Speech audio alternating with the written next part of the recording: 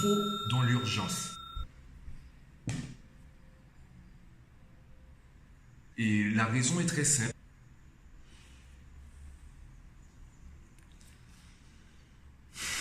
Oh my God.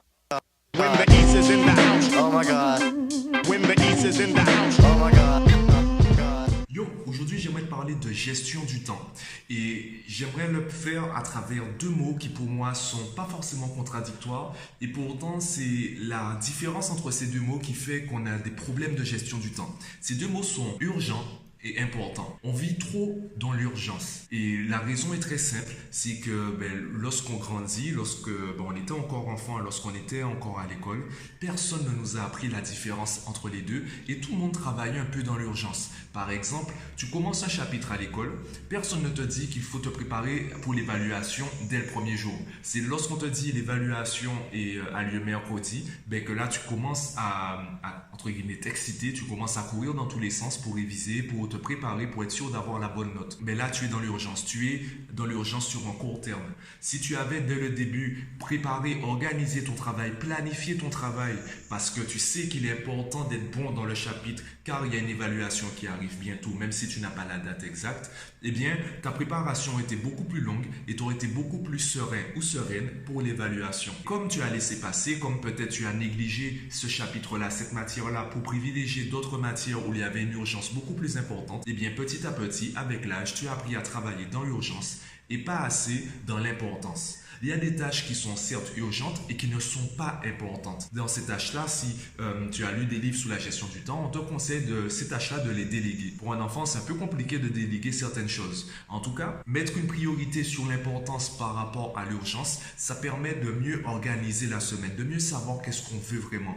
Il y a des choses qu'on fait, on prend du plaisir à les faire, non pas parce qu'elles nous plaisent vraiment, simplement parce qu'on a l'impression que si on ne les fait pas, on ne prendra jamais de plaisir. Et c'est là qu'on voit, c'est ce qu'on appelle le superflu. Lorsque tu vas peut-être acheter des choses et tu vas te dire par la suite, en fait, je n'avais peut-être pas besoin d'acheter cela ou je l'ai acheté et je regrette, c'est parce que justement, à un certain moment, tu sentais que si tu ne prenais pas du plaisir maintenant, si tu ne prenais pas du plaisir urgemment, eh bien, tu passeras à côté de certaines choses et tu aurais peut-être déprimé par la suite. Le repos et le plaisir font partie de ta vie, font partie de ta gestion du temps.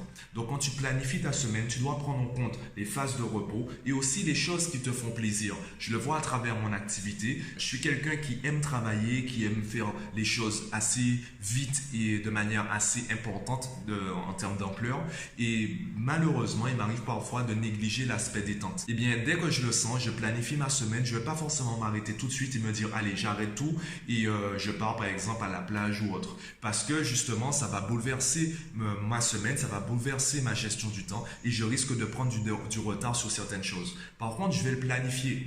Ce qui est important et pas forcément urgent, il faut le planifier pour être sûr que ça ne devienne pas une urgence. Ton plaisir, ton bonheur, ta joie sont des choses qui sont importantes et parfois elles ne te paraissent pas urgentes. Si tu ne les planifies pas, il y a un moment où tu vas commencer vraiment à déprimer et ces aspects-là de ta vie vont devenir des urgences. Et là, tu risques de partir dans tout et n'importe quoi.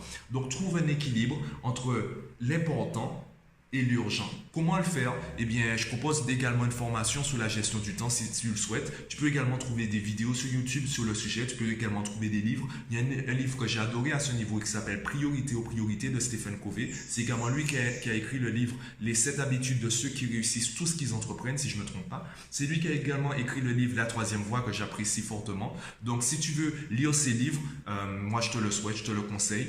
Tu peux les trouver sur Amazon ou même en location avec le service Un Bon Livre. Je te propose également la formation. On va dire que c'est un condensé, c'est un résumé de tout cela, les techniques que tu peux appliquer dès maintenant pour améliorer ta gestion du temps. Que ce soit pour toi, pour un proche ou même pour ton enfant, planifier l'important et peut-être à déléguer ou à mettre de côté l'urgent pour ne plus vivre un peu comme le lapin blanc dans Alice au pays des merveilles. Cette faculté-là te sera très importante ou très, bénéfique si tu veux atteindre tes objectifs.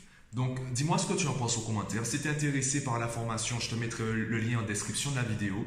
Partage-moi tes trucs et astuces si tu en as en commentaire. Et moi, je te dis à bientôt.